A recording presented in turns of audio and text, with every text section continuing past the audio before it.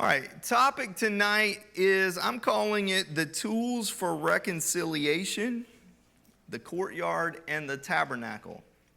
We read over this past week, Exodus 25 through 31.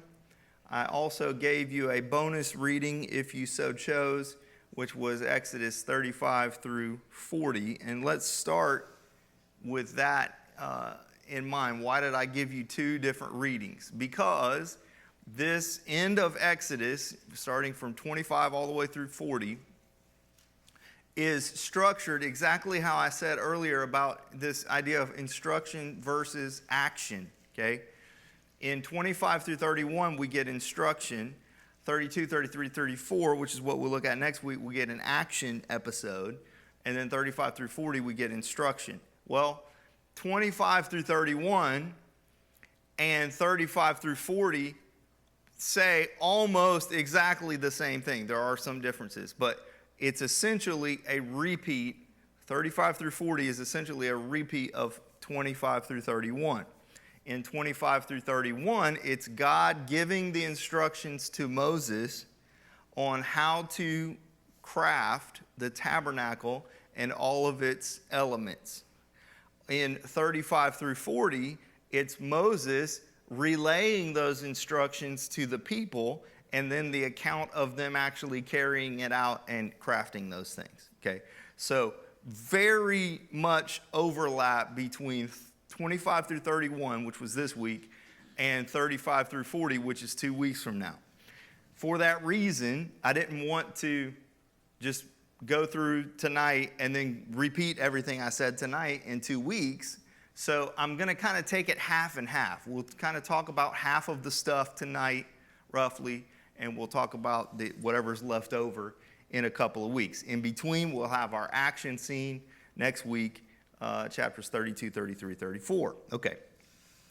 So in 25 through 31 and 35 through 40, we see, again, God giving the instructions to Moses on how to build the tabernacle and all of the elements, and then Moses relaying those instructions to the people and them going and building it. Let's quickly go through what those elements are. Let me read first, right at the beginning of Exodus 25, just a little bit about how they even get the materials to begin this work. God is saying this to Moses in Exodus chapter 25, beginning in verse 2. Take my offering from everyone who is willing to give. This is the offering you are to receive from them: gold, silver, and bronze, blue, purple, and scarlet yarn, fine linen and goat hair, ram skins dyed red and fine leather, acacia wood, oil for the light, spices for the anointing oil and for the fragrant incense, and onyx along with other gemstones for mounting on the ephod and breastpiece. So God tells Moses to collect an offering from the people who will willingly give. And what we'll see in a minute is, when we talk about Moses' tabernacle situation, part of what we're talking about there is worship. It is worship is what's going on there. And we see that God from the outset says, if you're not willing to give, might as well forget it. So he doesn't demand this is what you will do, because that's not how worship works. If it's forced, it's not true worship. And so right off the bat, we see this idea of they're going to give freely of all this stuff, part of which they got from the Egyptians, remember? Okay. And then they'll use all that stuff to build the tabernacle and courtyard, and we'll see how all that shakes down. Okay, quickly going through the chapters, kind of what God tells Moses to build and then how they build it later. 25 is the Ark of the Covenant, the table of showbread, and the lampstand. 26 is the tabernacle itself, which is a tent. I'll talk about all of these things a little bit more as we go. 27 is the altar of sacrifice. In other words, the brazen altar or the bronze altar. Then they talk about God tells Moses how to build the courtyard itself. In other words, there's a kind of a curtain that goes around the perimeter. Then the oil that goes in the lamp for the lampstand, that's end of 27. 28, we get the instructions about the priestly garments. The priests are going to wear something specific. 29, we get instructions for consecrating the priests, which we'll really get into when we get into Leviticus. Chapter 30, God gives instructions for the altar of incense, for how to build the dimensions and so forth of the laver, for the anointing oil and for the incense. In chapter 31, he says that Bezalel will be the guy who is in charge of the process of crafting all of these things. And he gives this guy Bezalel a helper who is Oholiab. God says that he will give them wisdom, and especially for these two guys, but he says also that he will put wisdom in the heart of every skilled artisan. So there's a group of folk that come together to do this, but Bezalel is in charge. Oholiab is his right-hand man. And I want to there's a point to be made here, which is that we are supposed to honor God and do what we're supposed to do according to the gifts that we've been given, and not according to the gifts that somebody else has been given. Okay? Bezalel was chosen to head this operation up because he was skilled, and he had likely an administrative gift as well as his skill in actually making stuff. That's why he was in charge. It reminds me of when in 1 Chronicles 15:22, it says that Kenaniah was put in charge of the singing because he was skillful. And so we have this idea in the Bible that God gives us gifts and we're supposed to use our gifts. We're not supposed to use somebody else's gift. If you're gifted to do X, Y, and Z, not necessarily supposed to go do A, B, and C. Now, that doesn't mean that we don't serve in whatever capacity we're asked to do, okay? Doesn't let us off the hook for that kind of thing. But God is into, if I can say it this way, credentials. Bezalel was credentialed to be where he was because of his heart, because of his skill set. Kenaniah, generations later, was credentialed to be in charge of the singing because he was skillful. He was also a Levite, which is the spiritual credential that he had to have to be in charge of that. So just something to think about there.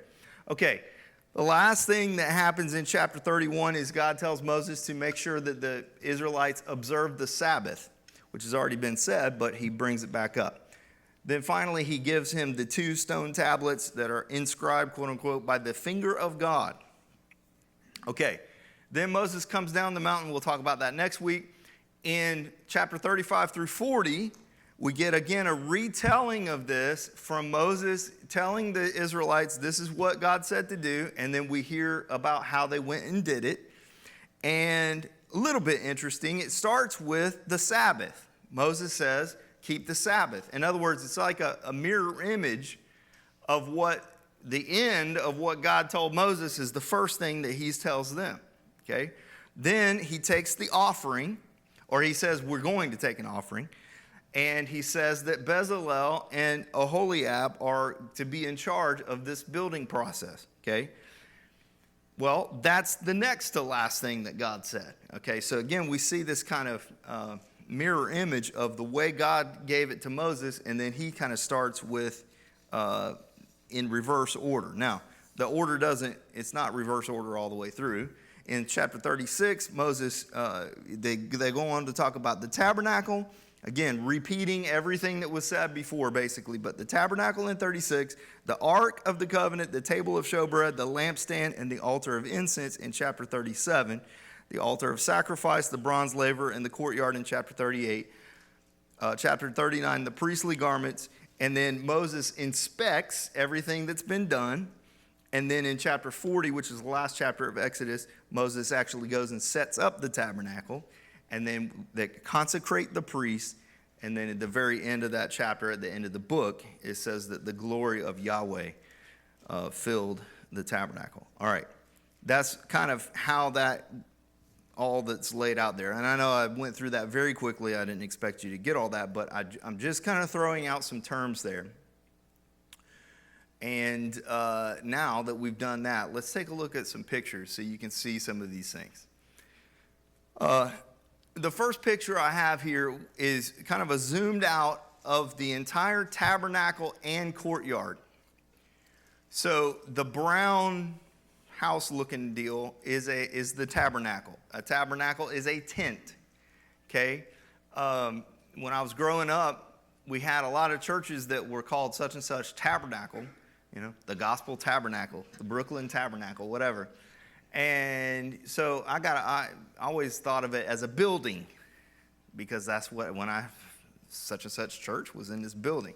Well, no, it's not a building like with a foundation and so forth. It's a tent. Okay, when you see the word tabernacle, you need to translate that tent. Okay, outside of that tabernacle are these two main pieces. The first one is the altar of sacrifice. In other words, the bronze altar or the brazen altar. And then the next one in before you get to the tent is the laver, where the water was to wash. Around that is the whole thing there is the courtyard, set off again by a curtain around the perimeter. And so that's what that whole deal would look like there, starting with the gate to the brazen altar, to the laver, and then to the tent. And we'll see what it looks like inside the tent after that. A couple more specific pictures here, more zoomed in. This would be something like what it would look like, the brazen altar. Okay, let me just show you these, and then I'm going to talk about a few tonight. So this is where the sacrifices would be laid and burnt and so forth. Okay, the altar of burnt offering, the altar of sacrifice, the brazen altar, the bronze altar, all of these are kind of descriptors of this thing. Then the laver might look something like this. Looks a little bit like a bird bath. It's possible that there was a bottom part where they would wash their feet, but there's water in here where the priest would wash. Now here is the tabernacle itself, and you see the open view inside of it, which we would not see, but it's kind of cross-section there.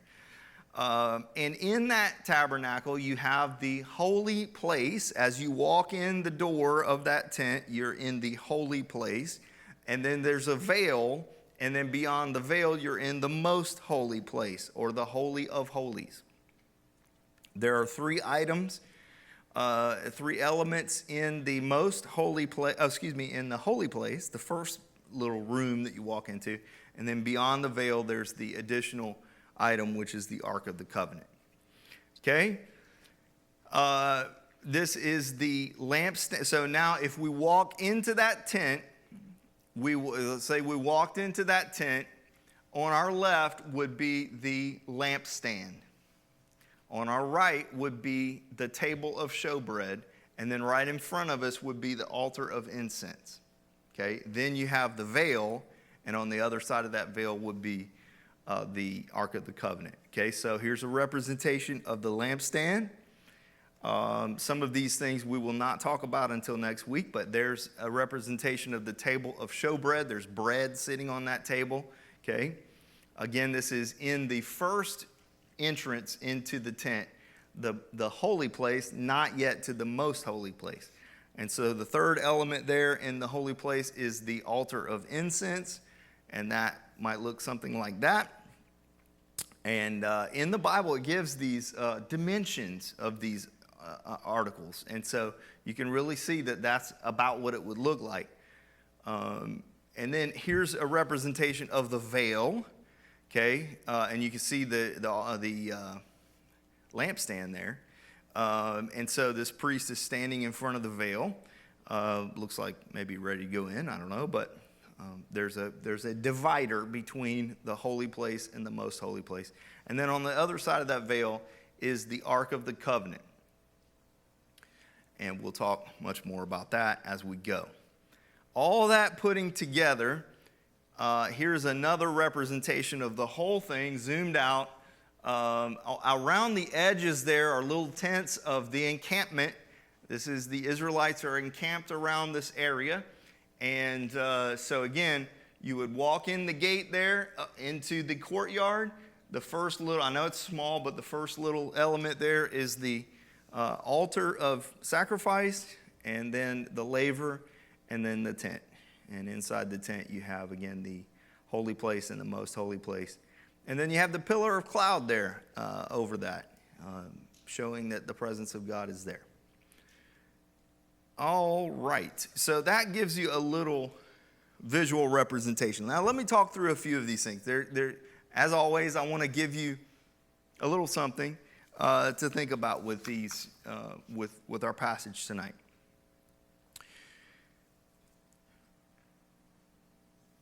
I'm going to take you through here in order, not in order that it shows up in the Bible, but in order as if you were walking this path. So I entered the gate to the courtyard. Okay. Enter his gates with thanksgiving and into his courts with praise. Right. Psalm 100. I enter the gate, and the first thing I come to is the altar of sacrifice, the altar of burnt offering, the brazen altar, the bronze altar. Then the laver, and then the tent. I'm going to go kind of in that order.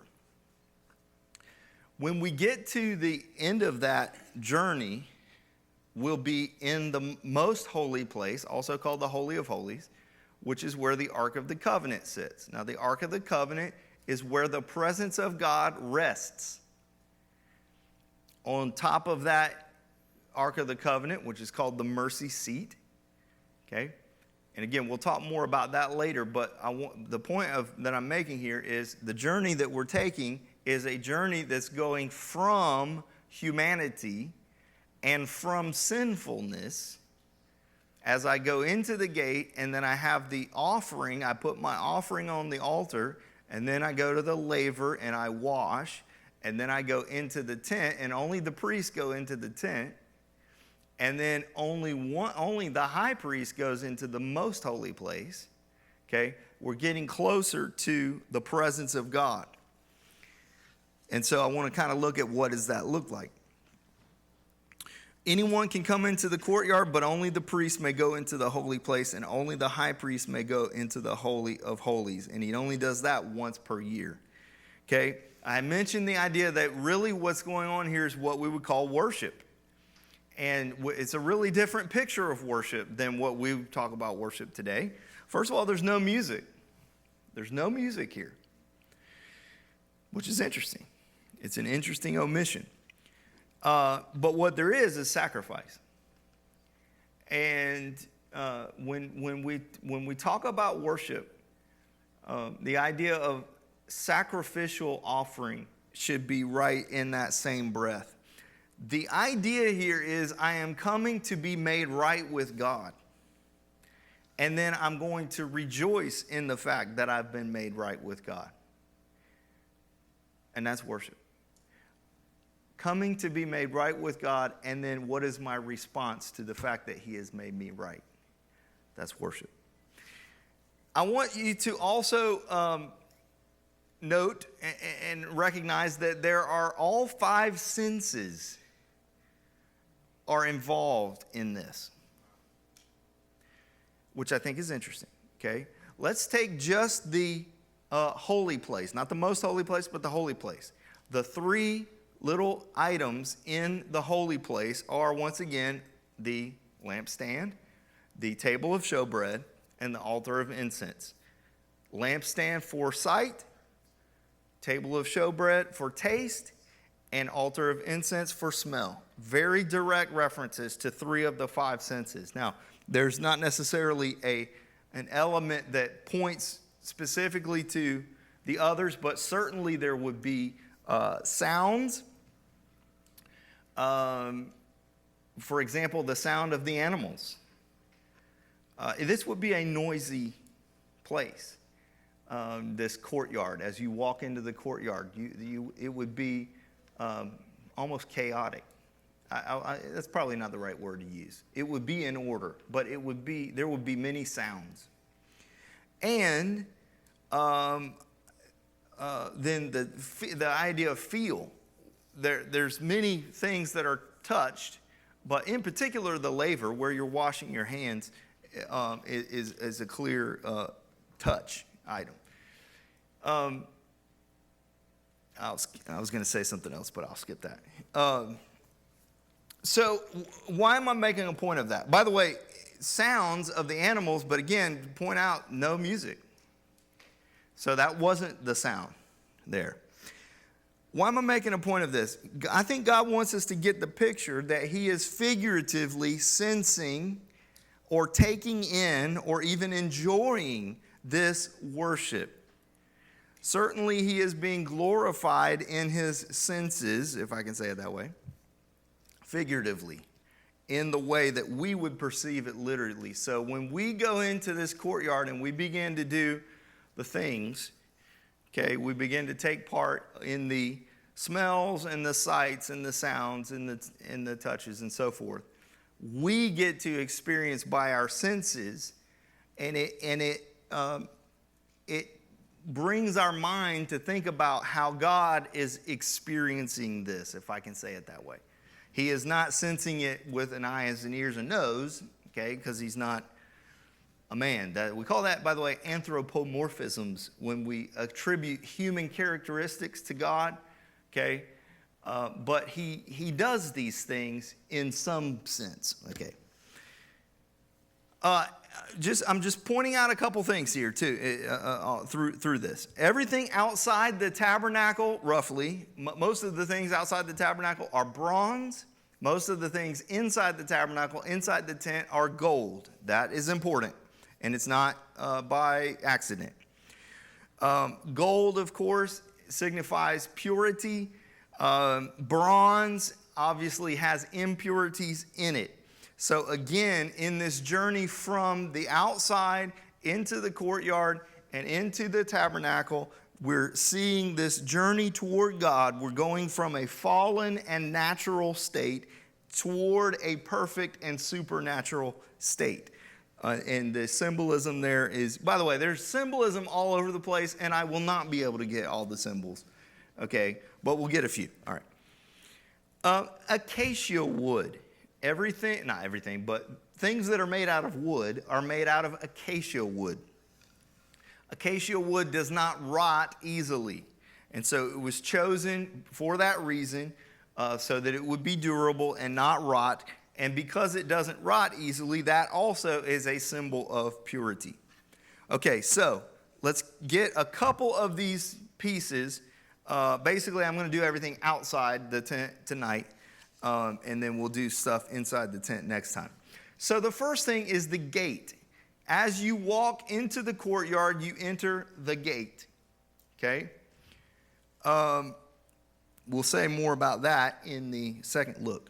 But I enter through the gate, again with thanksgiving and praise. And then the first thing I come to is the altar. The bronze altar, brazen altar, altar of sacrifice, altar of burnt offering. We're going to talk at length about some of the things that go on there, particularly when we get to Leviticus. But the main thing that goes on there is animals are killed, and they're put on the altar, and they're burned. Okay? It is a sacrifice. And I'm bringing my sacrifice, whether it's a sheep or whatever animal it is, and it's costing me something. We have this, we talk about, David talks about, I won't bring an offering that doesn't cost me anything. Okay? We say that kind of stuff nowadays. It's kind of laughable. Well, I got up and came to church this morning, even though I didn't feel like it. That's my sacrifice of praise. Come on. Come on. But this was costly. It was costly. It had to be a perfect sacrifice, without spot or blemish. Okay? And I was thinking about, Pastor Jeff has cows that turn into meat. And hundreds of dollars worth of meat on a cow. Now, not everybody's bringing a cow, but, smaller animals would be less. But think about every time I come to do this thing, it's costing me something, okay? Now, the bronze altar And let me go back to the picture of that so you can kind of see what it looks like. Is bronze, okay? It's overlaid in bronze.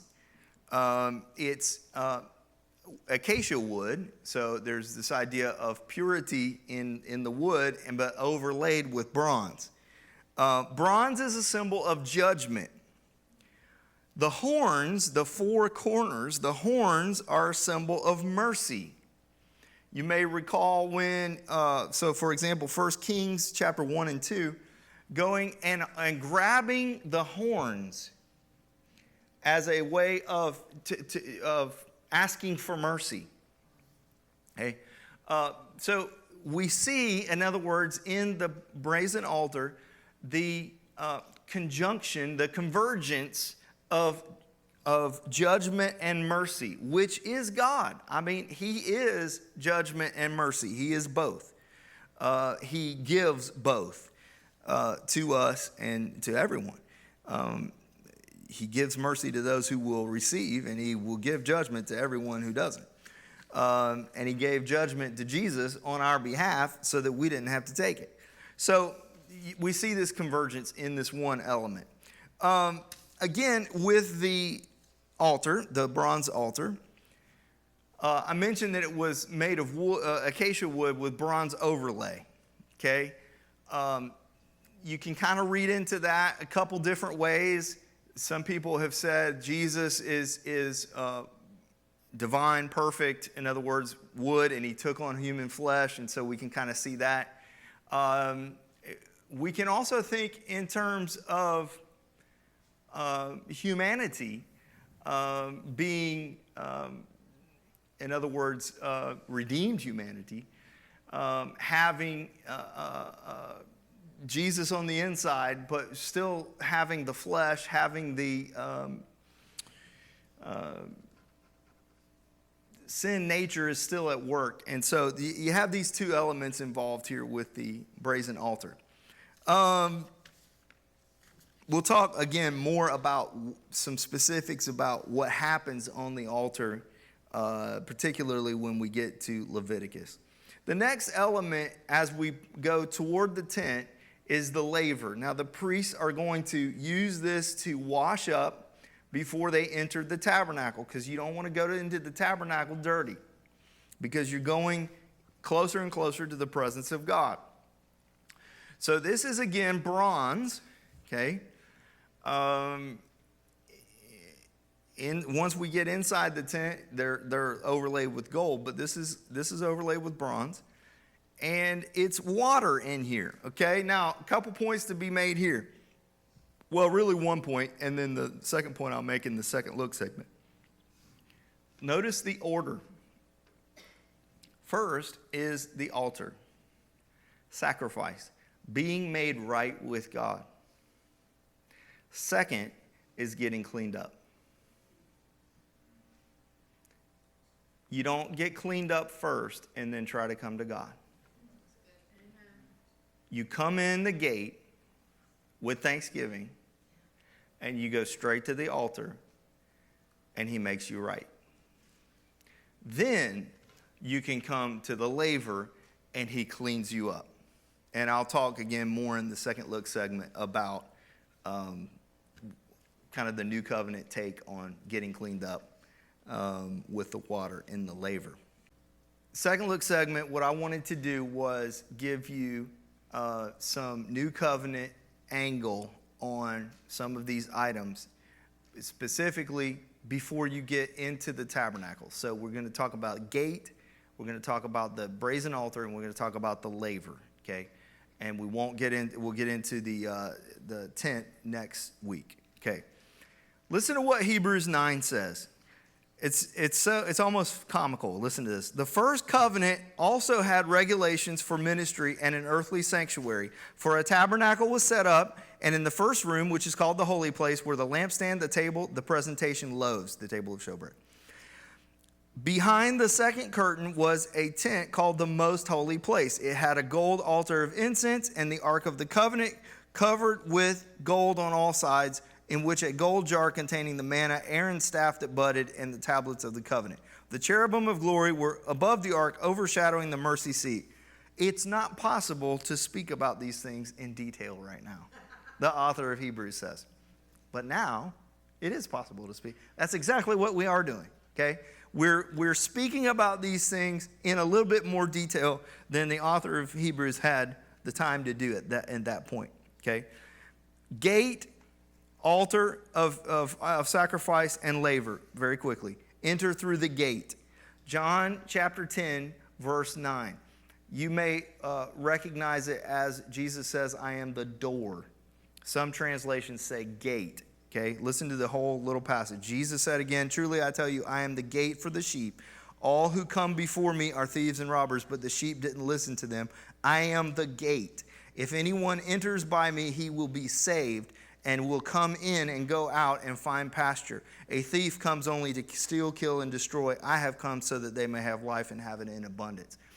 What we want to see here is that each of these elements, Jesus fulfills and embodies all of what goes on in the tabernacle worship, okay? Beginning with, you start by entering through the one and only one gate.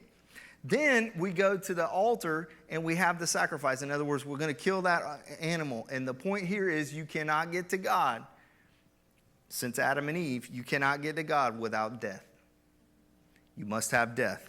Wages of sin is death. Look at Hebrews 9, 15 and 16. Therefore, he, Jesus, is the mediator of a new covenant so that those who are called might receive the promise of the eternal inheritance, because a death has taken place for the redemption of the transgressions committed under the first covenant. Where a will exists, the death of the one who made it must be established. In other words, we are inheriting something. And for us to inherit what we're supposed to inherit, the will, the last will and testament, in order for us to inherit, the person that we're inheriting the stuff has to die. And so Jesus died so that we could inherit. And his death is a once and for all sacrifice. We don't have to do all the animals and all that anymore. Okay, third one is the laver, where the priests wash before they go in to the tabernacle. Water and washing, listen to this, in Ephesians 5, 25 through 27, washing of water by the word. The water is word. Now watch this real quick. Let me read it first. Husbands, love your wives just as Christ loved the church. We're not zooming in on husbands and wives. We're zooming in on Christ and the church. Christ loved the church and gave himself for her to make her holy, cleansing her with the washing of water by the word. He did this to present the church to himself in splendor, without spot or wrinkle or anything like that, but holy and blameless. The word there is rhema, not logos. Okay? In other words, Christ loved the church and gave himself to her, washing her, cleansing her with the washing of water by the word. It is what Jesus speaks over his bride that cleanses her, his words. Okay? When you go to the laver, Jesus is the fulfillment of the laver. And the water that he holds, his water that you wash in, is his word being spoken over you. Okay? So anyway, that's just a little bit about those elements before you get into the tabernacle. In 2 weeks, we'll talk about the things that are inside the tent itself. All right?